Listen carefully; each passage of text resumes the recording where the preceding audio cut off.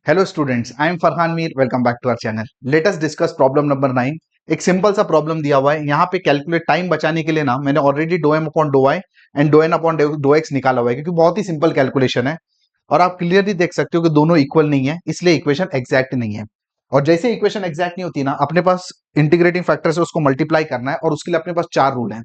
पहला रूल और दूसरा रूल तो आप देख के समझ सकते हो कि होमोजीनियस है कि नहीं है, और दूसरे रूल में y dx और x dy है कि नहीं है। पहले दोनों चेक कर लेते हैं, बराबर है। अब ये देखो होमोजीनियस के लिए सबका अगर कलेक्टिव पावर सेम होना चाहिए, ये वाले टर्म का कलेक्टिव पावर xy का पावर कितना है, x⁻1 y⁻1 मतलब 2 है, और यहाँ पे भी 2 है बट यहाँ पे 1 पावर है, इसका मतलब होमोजीनियस तो नहीं है। y dx नहीं है क्योंकि इसमें से y तो कॉमन निकलता नहीं है, y dx x dy ये फॉर्मेट भी नहीं है। तो आप अपने को क्या लगाना पड़ेगा, या तो अपने को रूल नंबर 3 लगाना पड़ेगा या रूल नंबर 4 लगाना पड़ेगा। ठीक है, तो अपने को दोनों ये अपने को करके देखना है यहाँ पे।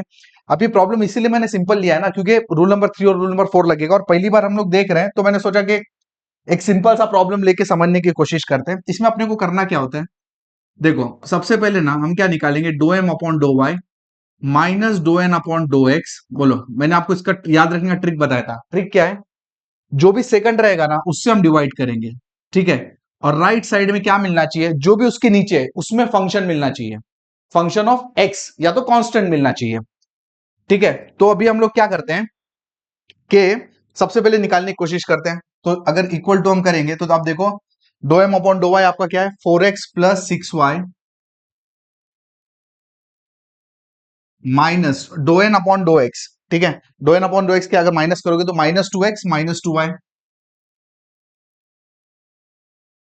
The whole divided by n। अगर आप n से डिवाइड करोगे, ये आपका टर्म है n, और n क्या है आपका एक्स स्क्वायर प्लस 2xy। अब इसमें ना हमेशा याद रखना, हमेशा ना सिंप्लीफाई करने की कोशिश करना क्योंकि सिंप्लीफाई करने से चीजें काफी सारी आसान हो जाती है, ठीक है।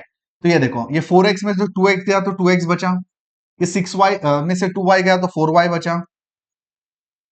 नीचे चाहिए तो आप x कॉमन निकाल लो, अंदर आपको क्या मिलेगा, x plus 2y।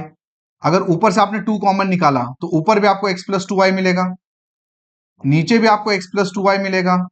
x plus 2y, x plus 2y, और यहाँ पे बाहर x है आपके पास, ये दोनों कैंसिल हो जाता है। राइट साइड में आता है आपको 2/x, और 2/x क्या है, ये देखो आपको राइट साइड में किसका फंक्शन चाहिए था, x का, तो आपको मिल रहा है, परफेक्टली मिल रहा है। मतलब बेसिकली ये आपका रूल यहाँ पे चल गया, ठीक है। अब इसमें क्या होता है, देखो अब मैं तो यहाँ पे लकी था बोल सकते हैं कि मैंने पहला ये ट्राई किया और ये यहाँ पे बैठ गया, ठीक है। लेकिन हो सकता है कि नहीं बैठता, तो मुझे वो केस में क्या करना पड़ता है पता है, दूसरा भी ट्राई करना पड़ता अगर ये नहीं चलता तो।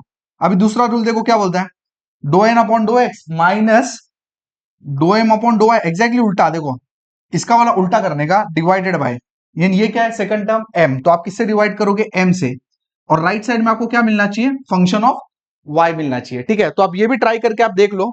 अभी do N upon do X आपका क्या आता है, ये देखो वो है 2x प्लस 2y, ठीक है। And minus do M upon do Y, ये क्या है आपका do M upon do Y, देखो ये टर्म है -4x minus 6y the whole divided by m करोगे आप, ठीक है। और m आपका क्या, ये वाला टर्म है 4xy plus 3y² minus x। अब इसको आप सिंप्लीफाई करके ना किसी भी तरीके से आप फंक्शन इन y नहीं ला सकते, ठीक है। आप ट्राई करो, इसको नहीं कर सकते, ठीक है। दोनों में से ऑब्वियसली एक ही लगेगा, इसके लिए आपने इसको एक्सेप्ट कर लिया। वैसे भी अगर फर्स्ट अटेम्प्ट में आपको ये मिल जाता है प्रॉपर, तब तो ये करने की जरूरत नहीं है, लेकिन अगर नहीं मिला तो आपको ये भी करके देखना पड़ेगा। और विथ एक्सपीरियंस आप ना थोड़ा सा एलिमिनेट करने की कोशिश करोगे, देख के समझने की कोशिश करोगे, तो पता चल जाता है, ठीक है। कुछ हद तक पता चलता है, एग्जैक्ट तो नहीं पता चलता, लेकिन कुछ हद तक पता चलता है कि ये लगेगा कि ये लगेगा, ठीक है। तो आगे जैसे जैसे आपकी प्रैक्टिस बेहतर होगी आप खुद ही समझ पाओगे। तो फिलहाल तो ये बात तय हो गई कि अपना ये वाला रूल लगने वाला है, ठीक है। तो आगे बढ़ते हैं। एंड आपका सबसे पहले आपको क्या निकालना पड़ेगा, इंटीग्रेटिंग फैक्टर। इंटीग्रेटिंग फैक्टर क्या होता है, e raise to integration of, ये देखो एफ ऑफ एक्स है ना, तो यहां पे आएगा एफ एक्स डी एक्स। तो ये आपका इंटीग्रेटिंग फैक्टर है, e raise to integration of 2/x dx, है ना। ये आपका 2/x है। चलो फर्दर आगे सॉल्व करते हैं इसको। 2 आप बाहर ले सकते हो, अंदर बचता है 1/x dx, एंड 1/x का dx का इंटीग्रेशन तो आपको पता ही है, वो है आपका log x। ये जो 2 है ना, ये x के ऊपर जाएगा और e और log कैंसिल हो जाएंगे, तो बेसिकली आपके पास क्या बचेगा, x²। तो आपका जो इंटीग्रेटिंग फैक्टर है वो आपका बन गया x²। तो आपको करना क्या पड़ेगा, आपको ये जो इक्वेशन है ओरिजिनल इक्वेशन, उसको एक्स स्क्वायर से मल्टीप्लाई करना पड़ेगा। मल्टीप्लाई करने के बाद वो इक्वेशन एग्जैक्ट बन जाएंगे। तो चलो एक्स स्क्वायर से मल्टीप्लाई करते हैं। 4 एक्स ऑलरेडी है, एक्स स्क्वायर है तो ये हो जाएगा एक्स क्यूब वाई प्लस ये वाले टर्म में एक्स स्क्वायर से मल्टीप्लाई करो तो 3 एक्स स्क्वायर वाई स्क्वायर है ना, माइनस एक्स क्यूब dx, ये वाला टर्म बन गया आपका प्लस। अगर ये वाले टर्म में आपने एक्स स्क्वायर से मल्टीप्लाई किया तो ये देखो ये ऑलरेडी एक्स स्क्वायर है, एक और एक्स स्क्वायर मतलब क्या हो जाएगा एक्स रेस टू 4 बराबर, ये आ जाएगा 2xy एंड एक्स स्क्वायर, तो क्या हो जाएगा ये +2, ये x और ये एक्स स्क्वायर हो जाएगा एक्स क्यूब और ये y आएगा आपका साथ में आ जाएगा dy इक्वल टू 0। अब सॉल्यूशन क्या है, ये इक्वेशन तो आपकी एग्जैक्ट हो चुकी है बराबर, तो सॉल्यूशन क्या होता है integration of m dx treating y constant and no x equal to c बराबर। तो चलो इसको एक काम करते हैं, लिख लेते हैं यहाँ पे 4x क्यूब y, बाकी सॉर्टेड है लाइफ, कुछ नहीं है, बस ये प्रॉब्लम में एक्चुअली कुछ नहीं है, ठीक है, सिर्फ लिया इसलिए था क्योंकि ये जो रूल है ना किस तरीके से वर्कआउट होगा बस ये बताने के लिए लो, बाकी इस प्रॉब्लम में कुछ नहीं है, आपको खुद ही सॉल्व मैनेज कर लेना चाहिए इस प्रॉब्लम को। प्लस टर्म्स विदाउट एक्स, क्या है बाबा, ये देखो इसमें भी एक्स है इसमें भी एक्स है, मतलब नो एक्स बेसिकली, तो कुछ नहीं है, ठीक है, इंटीग्रेशन ऑफ 0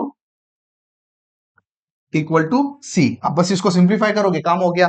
अब ट्रीटिंग क्या है इधर y कांस्टेंट, y कांस्टेंट तो ये 4y आपका कांस्टेंट है, एक्स क्यूब का इंटीग्रेशन क्या हो जाएगा X raise to 4 upon 4 plus y constant मतलब 3y स्क्वायर आपका कांस्टेंट है बराबर है, एक्स स्क्वायर का इंटीग्रेशन क्या होगा x cube by 3 minus x raise to 4 upon 4 equal to C, क्योंकि इंटीग्रेशन ऑफ 0 इज नथिंग, ठीक है, तो ये 4 और 4 गया तो X raise to 4y plus